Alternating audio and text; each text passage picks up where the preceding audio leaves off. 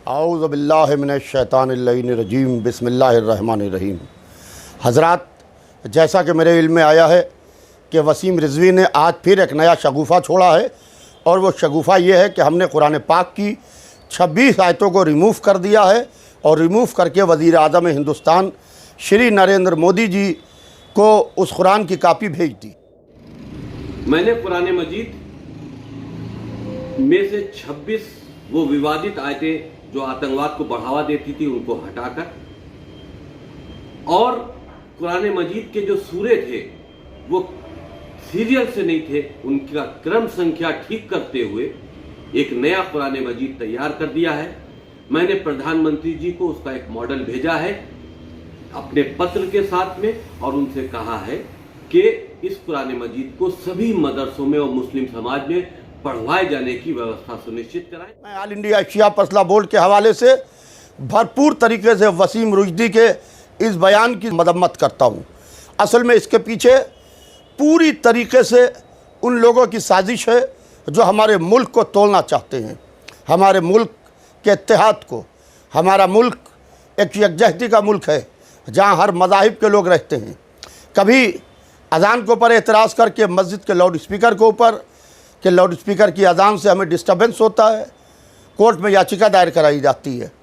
कभी वसीम रुश्दी जैसे लोगों से यह बयान दिलवा के और कुरान पाक नया पेश करा के ये कहा जाता है कि हम वज़ीर आज़म हिंदुस्तान को कुरान पेश कर रहे हैं। ये वसीम रुश्दी तुम्हारे अक़ीदे का इजहार करता है कि यह है तुम्हारा अक़ीदा और यह है तुम्हारे सियासी आका। 26 आयतें हटाने के लिए जो सुप्रीम कोर्ट में अर्ज़ी दी थी वसीम रुश्दी ने, पूरी अर्ज़ी खारिज कर दी गई, और सिर्फ खारिजी नहीं की गई बल्कि 50,000 रुपये का जुर्माना भी लगा। सुप्रीम कोर्ट से मुंह की खा के आए मगर अभी निचले नहीं बैठ रहे हैं। पूरी तरीके से कुरान पाक को टारगेट किए हुए हैं और कुरान पाक की तौहीन पर तौहीन करते चले जा रहे हैं। और कुरान पाक आफाकी किताब है, न किसी के क्रम से लगाने से क्रम से लग सकती है, न किसी के आयतें निकालने से आयतें निकल सकती हैं। शैतान का काम है वसवसे पैदा करना। शैतान मज़हब में दीन में तब्दीली नहीं कर सकता है।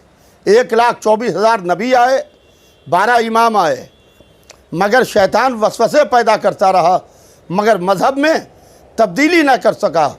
वही काम आज ये वसीम रुश्दी भी कर रहा है कि वसवसे पैदा कर रहा है, लोगों के जहन डाइवर्ट कर रहा है।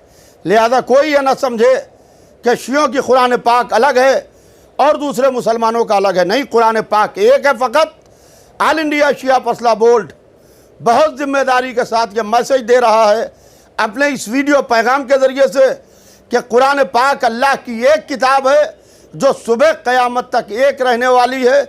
इस किताब में न कोई तब्दीली होने वाली है, न इस किताब का एक भी हर्फ और एक भी आयत या एक भी ज़बर व ज़ेर इधर से उधर होने वाला है, बल्कि कुरान की आयतें तो नहीं बदली जाएंगी।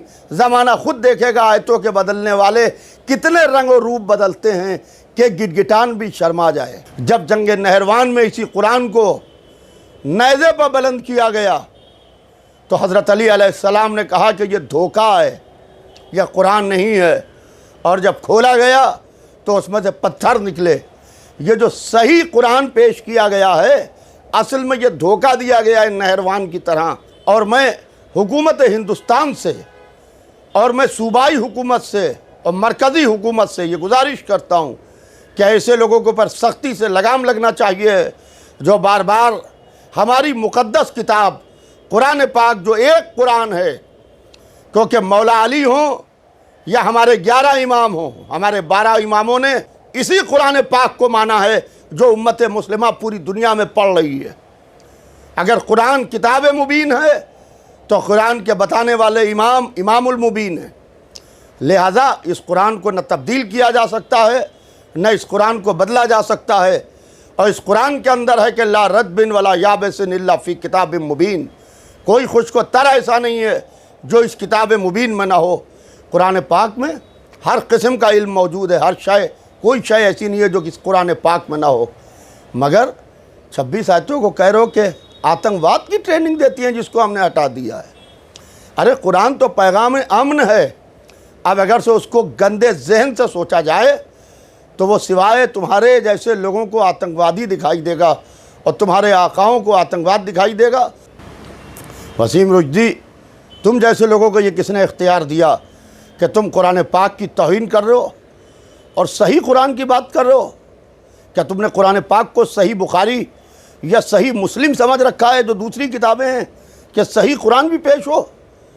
हमारे यहाँ लफ्ज़ सही नहीं है, हमारे यहाँ कुरान एक है और सुबह क़यामत तक यही कुरान एक रहेगा।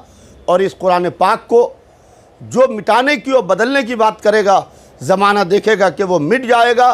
कुरान मिटने वाला नहीं है, ना कुरान बदलने वाला है।